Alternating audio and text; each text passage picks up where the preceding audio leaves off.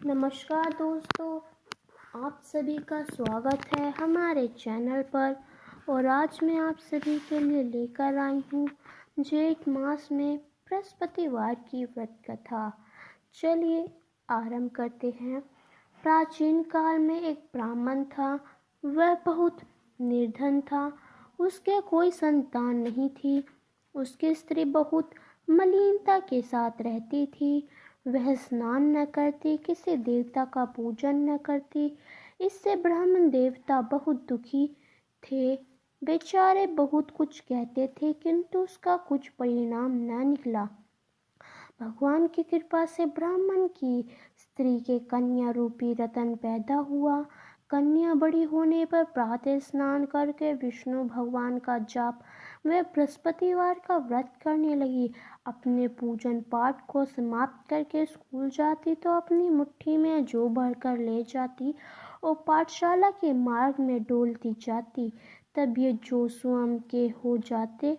लौटते समय उनको बीज बीनकर घर को ले आती थी। एक दिन वह बालिका सूप में उस सोने के जौ को फटका कर साफ कर रही थी कि उसके पिता ने देख लिया और कहा, हे बेटी, सोने के जौ के लिए सोने का सूप होना चाहिए। दूसरे दिन बृहस्पतिवार था। इस कन्या ने व्रत रखा और बृहस्पति देव से प्रार्थना करके कहा, मैंने आपकी पूजा सच्चे मन से की हो तो मेरे लिए सोने का सूप दे दो। बृहस्पति देव ने उसकी प्रार्थना स्वीकार कर ली। रोजाना की तरह वह कन्या जौ फैलाती हुई जाने लगी। जब लौटकर जौ बीन रही थी तो बृहस्पति देव की कृपा से सोने का सूप मिला। उसे वह घर ले आई और उसमें जौ साफ करने लगी, परंतु उसकी माँ का वही ढंग रहा। एक दिन की बात है कि वह कन्या सोने के सूप में जौ साफ कर रही थी। उस समय उस शहर का राजपुत्र वहां होकर निकला। इस कन्या के रूप और कार्य को देखकर मोहित हो गया तथा अपने घर आकर भोजन तथा जल त्याग कर उदास होकर लेट गया। तब राजा को जब इस बात का पता लगा तो अपने प्रधानमंत्री के साथ उसके पास गए और बोले, हे बेटा, तुम्हें किस बात का कष्ट है? किसी ने अपमान किया है अथवा और कारण हो सो कहो। मैं वही कार्य करूँगा जिससे तुम्हें प्रसन्नता हो। अपने पिता की राजकुमार ने बता सुनी तो वह बोला, मुझे आपकी कृपा से किसी बात का दुख नहीं है। किसी ने मेरा अपमान नहीं किया है, परंतु मैं उस लड़की से विवाह करना चाहता हूँ जो सोने के सूप में जौ साफ कर रही थी।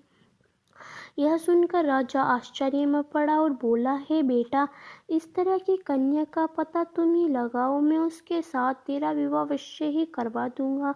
राजकुमार ने उस लड़की के घर का पता लगवा लिया। तब मंत्री उस लड़की के घर गए और ब्राह्मण देवता को सभी हाल बतलाया। ब्राह्मण देवता राजकुमार के साथ अपनी कन्या का विवाह करने के लिए तैयार हो गए तथा विधि विधान के अनुसार ब्राह्मण की कन्या का विवाह राजकुमार के साथ करा दिया। कन्या के घर से जाते ही पहले की भक्ति उस ब्राह्मण देवता के घर में गरीबी का निवास हो गया। अब भोजन के लिए भी अन्न बड़ी मुश्किल से मिलता था। एक दिन दुखी होकर ब्राह्मण देवता अपनी पुत्री के पास गए। बेटी ने पिता की दुखी अवस्था को देखा और अपनी माँ का हाल पूछा। तब ब्राह्मण ने सभी हाल कहा। कन्या ने बहुत सा धन देकर अपने पिता को विदा किया। इस तरह ब्राह्मण का कुछ समय सुखपूर्वक व्यतीत हुआ। कुछ दिन बाद फिर वही हाल हो गया। ब्राह्मण फिर अपनी कन्या के यहाँ गया और सारा हाल कहा तो लड़की बोली, हे पिताजी, आप माताजी को यहाँ लिवा लाओ, मैं उसे विधि बता दूंगी जिससे गरीबी दूर हो जाए। तब वह ब्राह्मण देवता अपनी स्त्री को साथ लेकर पहुँचे तो अपनी माँ को समझाने लगे कि हे माँ, तुम प्रातःकाल प्रथम स्नानादि करके विष्णु भगवान का पूजन करो तो सब दरिद्रता दूर हो जाएगी। परंतु उसकी माँ ने एक भी बात नहीं मानी और प्रातःकाल उठकर अपनी पुत्री के बच्चों के जूठन को खा लिया। इससे उसकी पुत्री को भी बहुत गुस्सा आया और एक रात को कोठरी से अपने सामान निकाल दिया और अपनी माँ को उसमें बंद कर दिया। प्रातःकाल उसे निकाला तथा स्नान आदि करा के पाठ करवाया तो उसकी माँ की बुद्धि ठीक हो गई और फिर प्रत्येक बृहस्पतिवार को व्रत रखने लगी। इस व्रत के प्रभाव से उसके माँ बाप बहुत ही धनवान और पुत्रवान हो गए। बृहस्पति जी के प्रभाव से इस लोक के सुख भोग स्वर्ग को प्राप्त हो गए। तो ये थी हमारी जेठ मास में बृहस्पतिवार की व्रत कथा।